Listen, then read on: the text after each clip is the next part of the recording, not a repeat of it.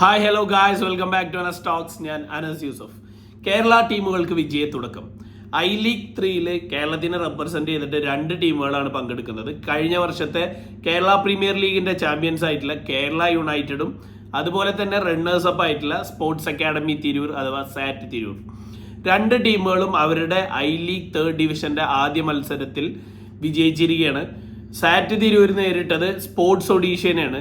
ആദ്യ പകുതിയിൽ 0-0 നിന്ന മത്സരത്തിൽ സെക്കൻഡ് ഹാഫിൽ 2 ഗോളുകൾ സ്കോർ ചെയ്തിട്ടാണ് സാറ്റ് തിരൂരിന്റെ വിജയം. അതർ സൈഡിൽ കേരള യുണൈറ്റഡ് ആവട്ടെ ഫസ്റ്റ് ഹാഫിൽ എഗെയിൻ ദൽബി റഫേനായിട്ട് 0-0 ഡ്രോ ആയിരുന്നു. സെക്കൻഡ് ഹാഫിൽ 3 ഗോളുകൾ സ്കോർ ചെയ്ത് 3-0 വിജയിച്ചിട്ടുള്ളത്.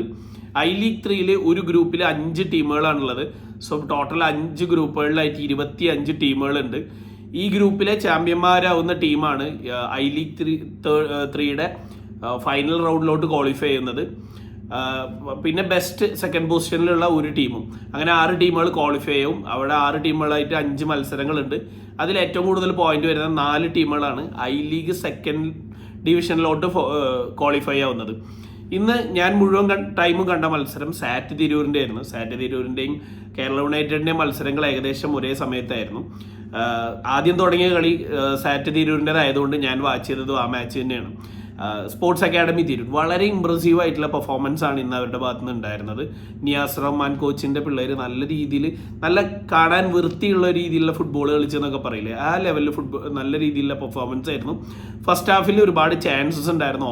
ഓപ്പൺ നെറ്റ് ചാൻസസ് ഒക്കെ മിസ്സാക്കിയിട്ടുണ്ടായിരുന്നു സാറ്റ്. പക്ഷേ സെക്കൻഡ് ഹാഫിൽ യൂസ്ഫുൾ സബ്സ്റ്റിറ്റ്യൂഷൻസ് ആയിട്ടാണ് നിയാസ് റഹ്മാൻ കോച്ച് വരുന്നത്. മിഡ്ഫീൽഡിലും അതുപോലെ തന്നെ അറ്റാക്കിംഗ് തേർഡിലൊക്കെ നല്ല രീതിയിൽ സാറ്റിന് കളിക്കാൻ സാധിച്ചു. പക്ഷേ ഡിഫെൻസീവ്ലി ഭയങ്കര ഷെയ്ക്കിയാണ്. ഒരുപാട് ബ്ലണ്ടർ മിസ്റ്റേക്സ് ഉണ്ടായിരുന്നു. ബട്ട് രക്ഷകനായിട്ട് സാറ്റിൻ്റെ ഗോൾ കീപ്പറായിട്ടുള്ള അഹമ്മദ് അസ്ഫർ ഒരുപാട് നല്ല സേവുകൾ ചെയ്തു. അടുത്ത മാച്ചുകളിൽ അവരുടെ ഡിഫൻസിലെ പോരായ്മ ശരിയാക്കുമെന്നാണ് വിചാരിക്കുന്നത്. മിഡ്ഫീൽഡിലെ എനിക്ക് ഇന്നത്തെ മാച്ചിലെ ബെസ്റ്റ് പ്ലെയർ ആയിട്ട് തോന്നിയത് ലെഫ്റ്റ് വിങ്ങിൽ കളിച്ച അർഷാദ് ചെറിയാപ്പുവാണ്. നല്ല പെർഫോമൻസ് ആയിരുന്നു ഇന്നത്തെ മാച്ചിലുടനീളം.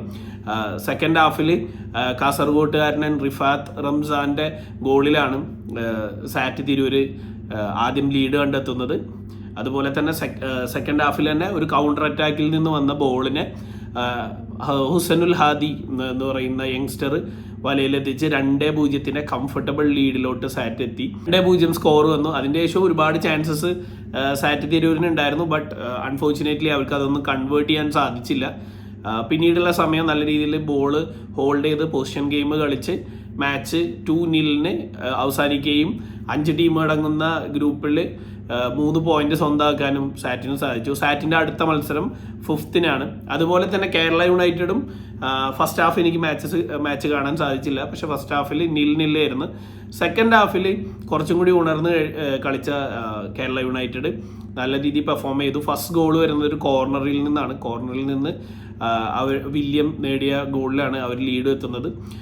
പിന്നെ 2 ഗോളുകൾ ബ്രേസ് നേടിക്കൊണ്ട് ഗ്രേക്ക് എന്ന് പറയുന്ന അവരുടെ പ്ലെയറും സ്കോർ ചെയ്തു. അങ്ങനെ 3-0 കേരള യുണൈറ്റഡ് വിൻ ചെയ്ത്. കേരള യുണൈറ്റഡിൽ കൂടുതലും നോർത്ത് ഈസ്റ്റ് പ്ലെയേഴ്സാണ്. സാറ്റിൽ ഒരുവിധമൊക്കെ മലയാളി പ്ലെയേഴ്സ് തന്നെയാണ് എല്ലാവരും കളിച്ചുകൊണ്ടിരിക്കുന്നത്. കംപ്ലീറ്റ്ലി മലയാളി പ്ലെയേഴ്സ് എന്ന് പറയാൻ പറ്റും നമുക്ക് സാറ്റിൽ കളിക്കുന്ന players. End of the day 2 ടീമുകളും അവരവരുടെ ഗ്രൂപ്പിൽ ചാമ്പ്യന്മാരായിട്ട് നെക്സ്റ്റ് റൗണ്ടിലോട്ട് ക്വാളിഫൈ ചെയ്യട്ടെ എന്ന് ആഗ്രഹിക്കുന്നു. 5-ാം തീയതിയാണ് 2 ടീമുകളുടെയും രണ്ടാമത്തെ മത്സരം. സോ രണ്ടാമത്തെ മത്സരത്തിന് ശേഷം കാണാം. പിന്നെ ഒരു ഇമ്പോർട്ടൻറ്റ് കാര്യം പറയാനുള്ള, എല്ലാ മാച്ചസും ലൈവ് ഉണ്ട്. ഇന്ത്യൻ ഫുട്ബോളിൻ്റെ യൂട്യൂബ് ചാനലിൽ എല്ലാ മാച്ചസും ലൈവാണ്. എൻ്റെ ഇൻസ്റ്റാഗ്രാം സ്റ്റോറിയിൽ ഞാൻ എല്ലാ മാച്ചസിൻ്റെ ലൈനപ്പും അതുപോലെ തന്നെ അതിൻ്റെ മാച്ചിൻ്റെ റിസൾട്ട്സും ലൈവിൻ്റെ ലിങ്ക്സ് എല്ലാം പ്രൊവൈഡ് ചെയ്യാം. സോ മാച്ച് കാണാൻ താല്പര്യമുള്ളവർ എന്തായാലും കാണണം. 2 നമ്മളെ കേരളത്തിൽ നിന്നുള്ള ടീമുകളാണ്. 2 ടീമിനെ സപ്പോർട്ട് ചെയ്യണം. So guys, until we meet again, it's bye from Anas Yusuf.